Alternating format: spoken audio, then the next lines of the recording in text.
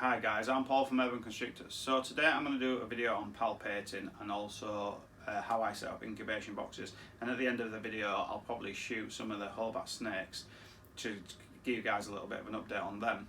Now, I was asked yesterday or the day before to cover a video on palpating, so I'm going to do that, and I was asked some time ago to shoot how I do my egg boxes. It's very simple. I think it was Garrick Demise from Royal Constructed Designs. One of his videos I basically copied. Now people have asked me how I do it so they can copy me, so I hope this helps. So yeah, let's crack on. Right guys, so this is how I set up my egg boxes. It's dead simple.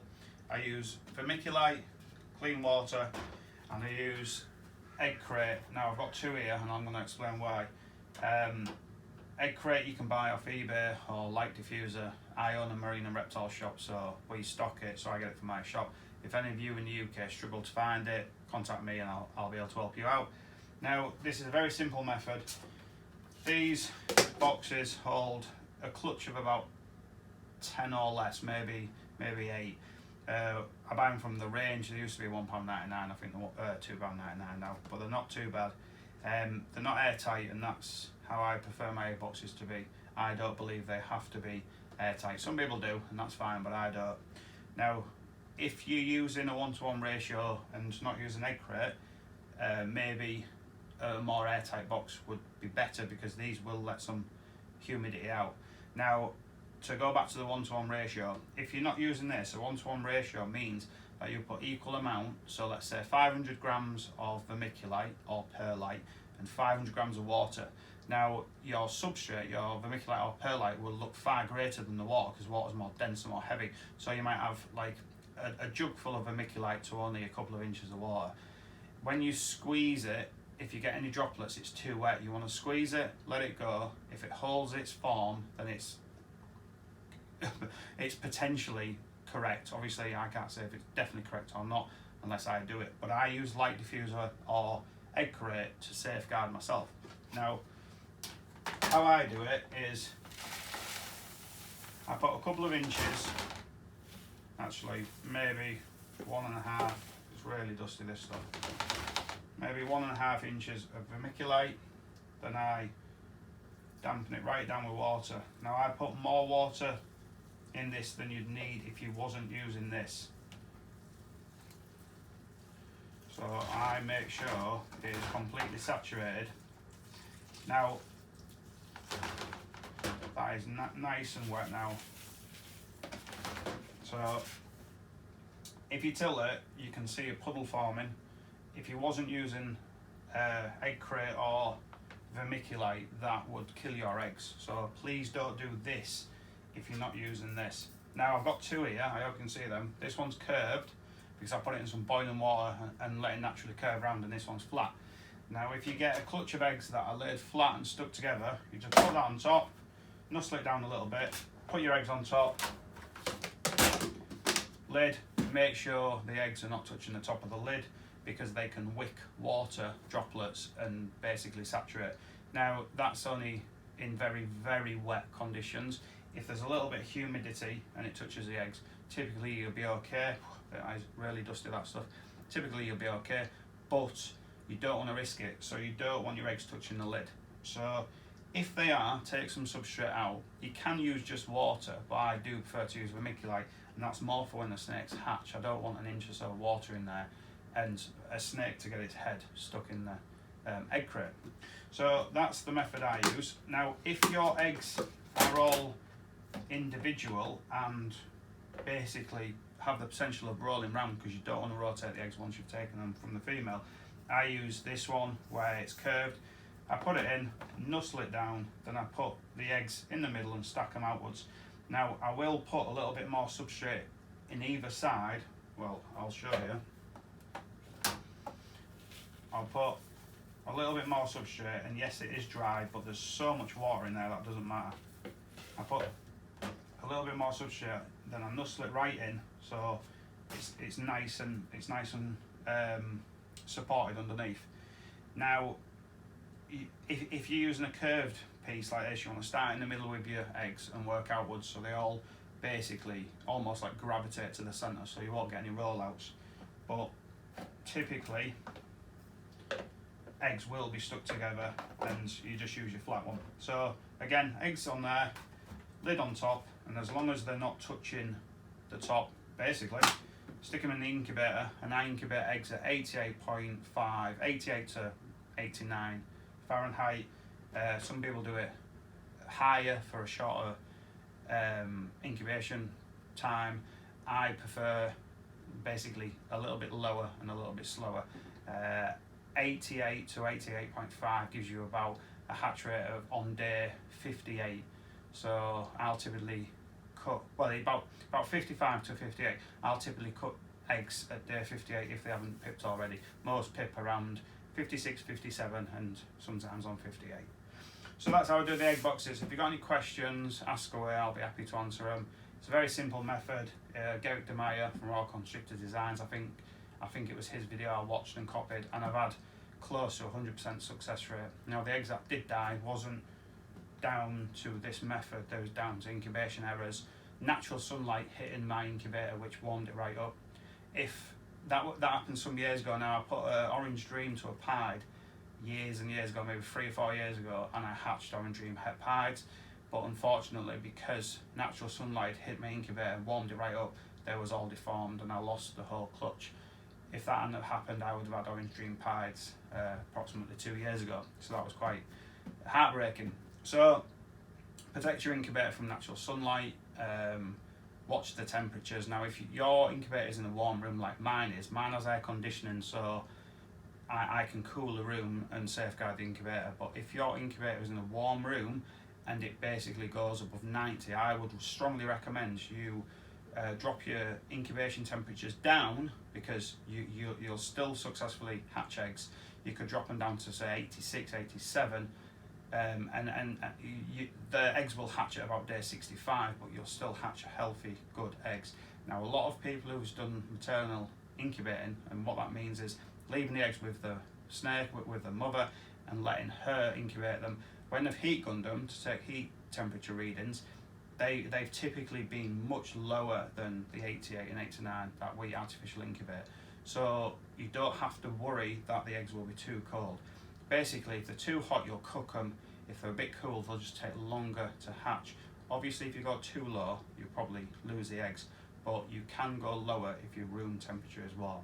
Right, so now I'm going to cover palpating. Right guys, so this is how I palpate my snakes. Now I've decided to use my pastel leopard clown. Now the reason being is she was on a video a couple of days ago of some locks and she was deep in shed and she looked shite, so I want to show her in a true form. So I've moved her up from lower down in the rack to here, so it's more of a working height. So basically I'll get the snake out, I'll kind of wake her up a little bit, get her moving about. Now this snake probably, well, she isn't far on enough for me probably to feel follicles, but I'm just going to basically pretend I do and explain how I do it. So I open the tub up a couple of inches, I get her moving. Now what I do is I put basically her in.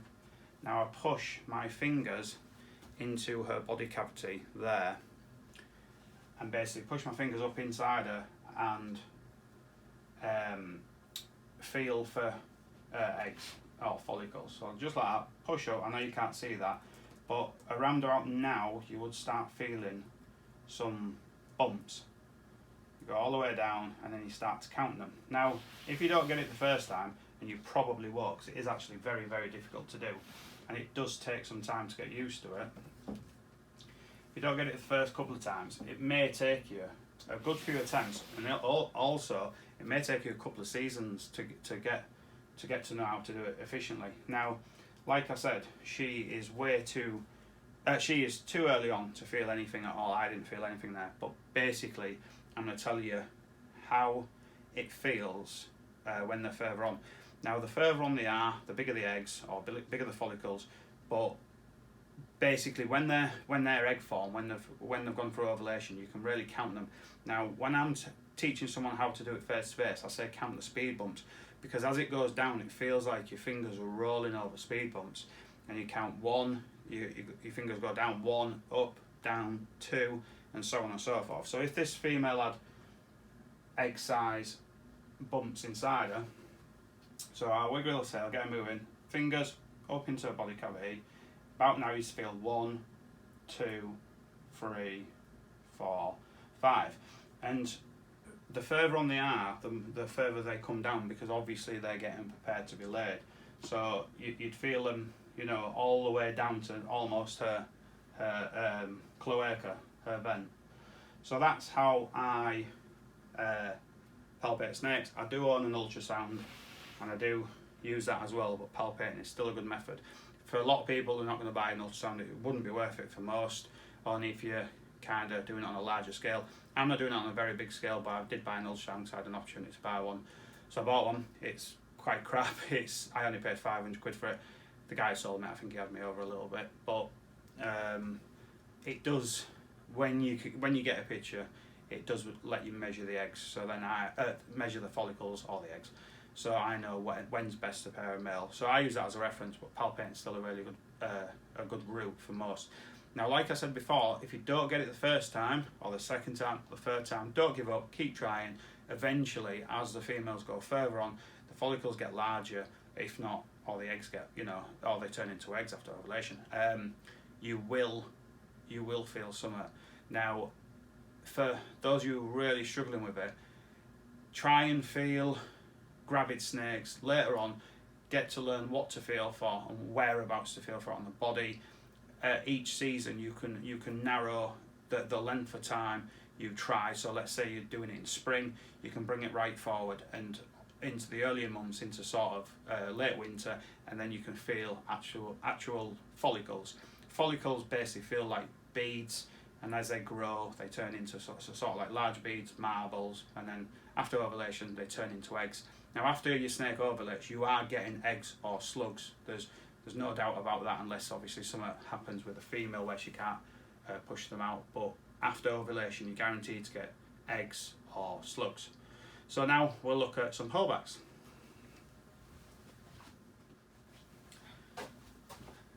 Hi guys, I'm back. So we won't be looking at some holdbacks because unfortunately a clip I use to hold my phone in my tripod is not here, it's at home. So I can't angle the camera down because I've got it balancing at the moment. So I'll let you take a close look at the pastel leopard clown, and then on the next video we'll look at some holdbacks. I have had a sneaky look at some of them and they are deep in shed, so it probably isn't the best time to show. So I'll show her just to wrap this video up. I hope this video has helped some people. I know my videos are a little bit sketchy, but I kind of do them a little bit off the cuff. I don't really practice them in my head, because I find that if I do, I stumble more words than I do if I don't. So I know they're a little bit sketchy. I hope it helps. If you've got any questions, just ask. I'll be happy to answer them, and I hope everyone has an awesome season. So I'll have a quick look at her before we wrap this video up, because she is looking absolutely stunning. So she's just shed. She was looking really dull and horrible on the last video. I just wanted to prove how beautiful she is, because I bought her from Justin Kabelka, and a credit to him for hatching these stunningly bright snakes. She really is nice. Oops. So yeah, that's her, looking fantastic. Now back to palpating, let them slither back in, body in, fingers in the cavity, count the speed bumps, and it's as easy as that, and then let them go in. So yeah, any questions guys, fire them across on the comments below and I'll be happy to answer them. Cheers.